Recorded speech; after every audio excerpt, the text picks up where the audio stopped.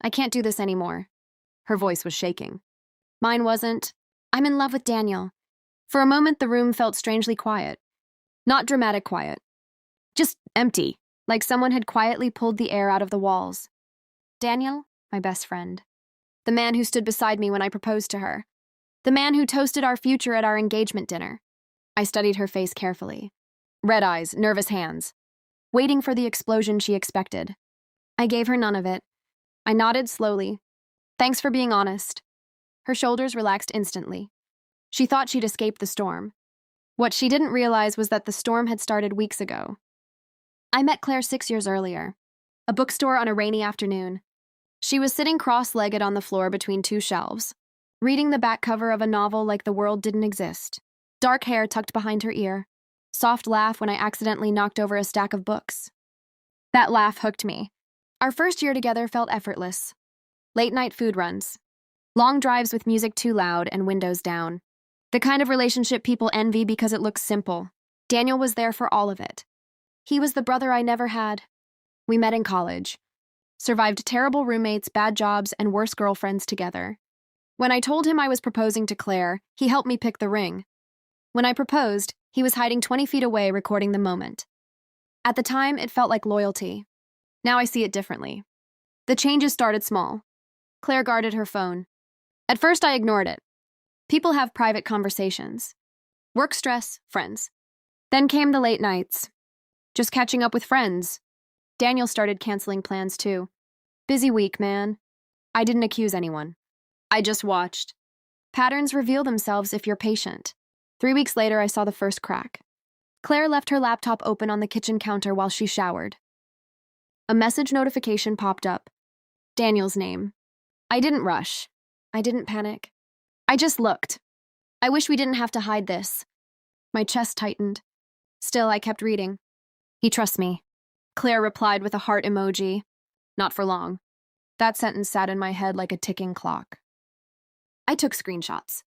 Every message, every plan, every lie they told about me while pretending to love me. Then I waited. Because timing matters. When Claire finally sat across from me on the couch tonight, I already knew the entire story. She thought this was her confession. In reality, it was my final confirmation. I didn't mean for it to happen, she whispered. Of course she didn't. Betrayal rarely announces itself as betrayal. It dresses up as feelings. I care about you, she said. I almost laughed. Instead, I stood up and grabbed my phone. Where are you going? She asked. Nowhere. I dialed a number. Emily answered on the second ring. Emily was Daniel's fiancée. Hey, she said, cheerful. What's up? I looked directly at Claire while I spoke. Emily, I said calmly. I think you deserve to see something. Silence. Then I sent the screenshots. Every message, every plan, every I love you. Claire's face slowly drained of color. Who are you talking to? She whispered. I ended the call. Daniel's fiancé. The room froze. You didn't. I did. Her hands started shaking. Why would you do that? I tilted my head. Why wouldn't I? The fallout happened faster than I expected. 20 minutes later, Daniel called. I let it ring. Then again. Then again. Finally, a text arrived. You seriously sent that to Emily? I replied with 2 words. She deserved honesty. After that, things unraveled beautifully. Emily canceled their wedding that night. She packed his things and left them outside their apartment building. A mutual friend sent me pictures. Daniel kept calling. Claire kept crying. Neither of them understood the simplest truth. Secrets only work when everyone keeps them. By midnight, Claire had left. No dramatic screaming. Just tears and apologies that meant nothing. I locked the door behind her and poured myself a drink. Peaceful. Quiet. Finished. Or so I thought. At 2:14 a.m., someone knocked on my door. Soft at first. Then desperate. I already knew who it was. Claire stood outside under the porch light. Mascara streaked down her face. Hair messy. Jacket thrown over pajamas. They kicked me out, she sobbed. I said nothing. Daniel won't answer me. Emily told everyone. My parents know. My sister knows. Consequences travel fast. I made a mistake, she whispered.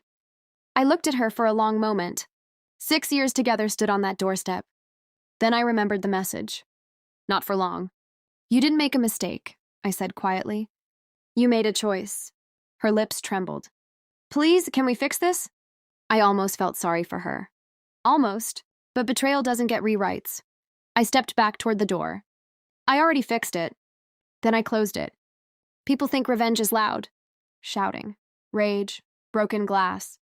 But the most effective revenge is silence. Precision. Timing. By morning, 2 engagements were gone. 2 lies had collapsed. And for the first time in weeks, I slept peacefully. Because betrayal didn't break me. It just showed me exactly where to aim.